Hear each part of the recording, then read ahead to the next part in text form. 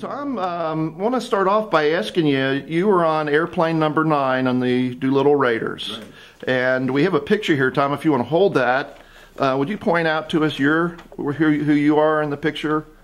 I'm this one right over here. Okay.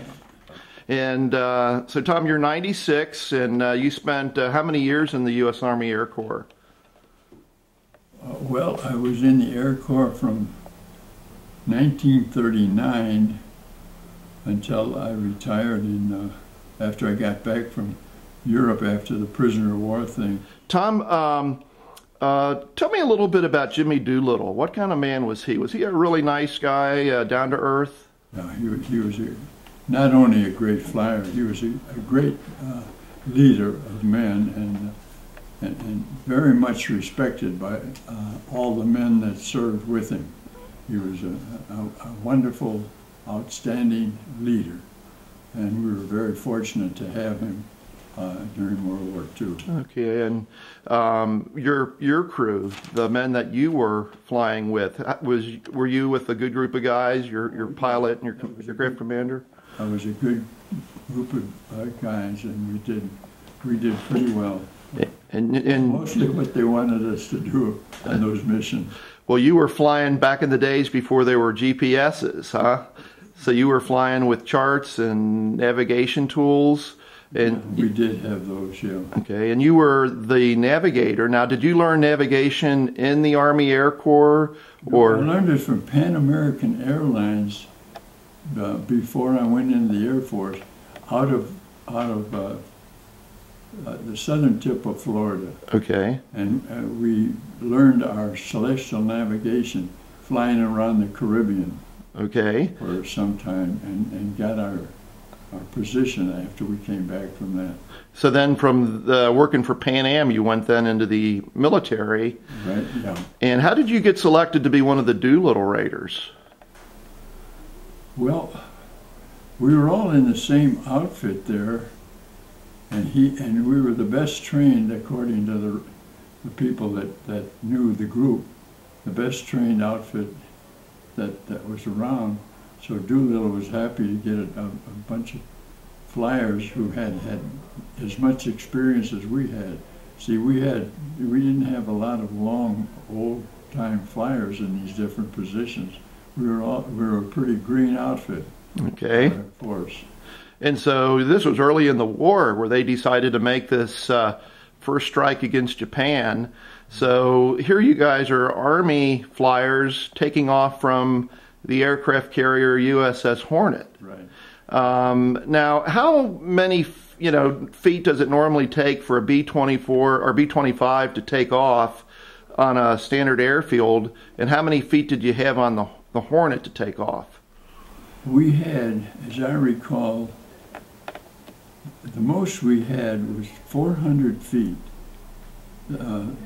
Each plane was pulled up to a line 400 feet from the bow. And of course the aircraft carrier itself was heading, fortunately, into a good steady wind of about 20 miles, 25 miles an hour. Okay. And that gave us all the lift we needed with our load.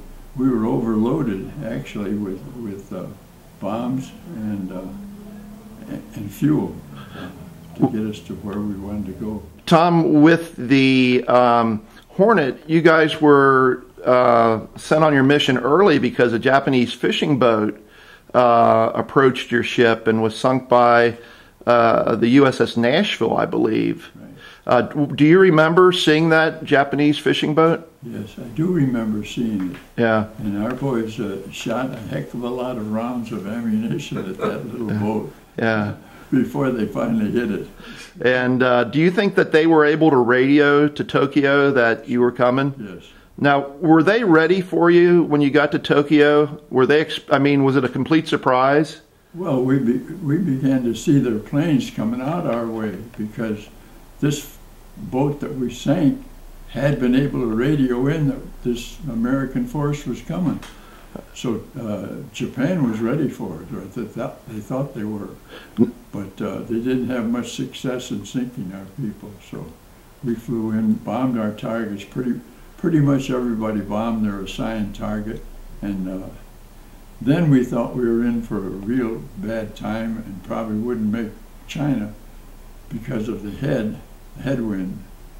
And as we got down to our takeoff, our assigned geographical point for heading for China, we had a tremendous change in tailwind. We got a strong tailwind, which got us to the China coast.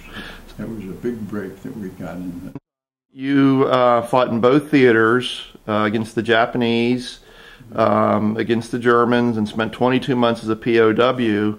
And Tom, I understand you got America's second highest medal, the Distinguished Flying Cross for the Doolittle Raid. I got that. And Jimmy Doolittle got the Medal of Honor, and then all of your all the other men, the 79 other men, all got the Distinguished Flying Cross. That's right. Tom, I want to revert back to the Doolittle Raid. How come the Japanese executed 3 of the people they captured over Japan? How come they didn't execute everybody? They captured 8, I believe. Yeah, well, they had a court-martial for the ones they captured on Japanese soil. Yeah. And they said something about the raid was not against military, but against the civil population of Japan. Therefore, these men were not subject to the rules of war for prisoners of war. Okay. They had violated that, and they did put several of our boys that they captured to death for that reason. And you knew these men, that they... Oh, yeah, yeah, sure. Yeah. Tom, the Doolittle Raiders, there were 80 of them. How many are left now? We're talking here in October 2012. How many of you guys are still left? I think it's just 5. Okay, and then isn't there a last man club with wine goblets? Yes, yeah, they have those at the Stalag in Dayton, Ohio. Or you mean at the Air Force Base up in Dayton? Yeah. The museum? Yeah. Okay. Well, Tom, after you got out of the service, you spent the remainder of your days with a wife and raised 2 boys here in Cincinnati. That's right. And what kind of work did you do after the war? What did you do? Well, I went into accounting. I went to the University of Cincinnati, got a certificate in accounting, opened up an accounting business with my office in Cheviot.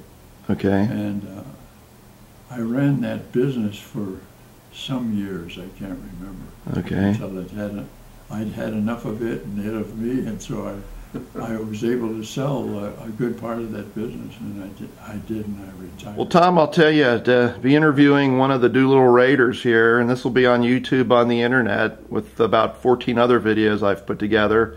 Is there anything you'd like to say to people, anything about that raid or General Doolittle, anything that people might not know that you want to share with us? Well, I don't know if it's what people did not know, but we had good fortune to have a man like Jimmy Doolittle come along and take over command of much of the Air Force over there and to lead us on these missions. He was a great pilot and a great leader, and we were so very fortunate to have him. Did you think you would survive it, Tom? That Doolittle Raid? I would survive it. Yeah, did you think in your heart you would not survive it, or what did you think?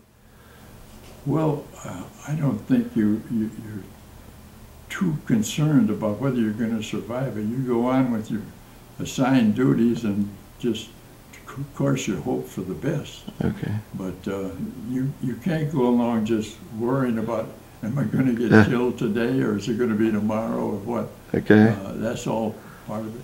And you have a sort of a natural bit of good feelings about your possibilities of getting through. That's what keeps you going. You can't go up every day and think, well, I'm going to get shot down today. That won't work too well. Being the first Americans to attack Japan puts you in a little bit of a different league, though, doesn't it? Oh, it was a standout position to be in for publicity and things like that. Yeah, the first one's to bomb Tokyo. Yeah. Well, Tom, listen, thanks so much for taking time out of your retirement schedule here, and thanks to your friends Dan and Jack for putting this together here again today for us. And God bless you, sir, and thank you for your service. Thank you very much. appreciate that.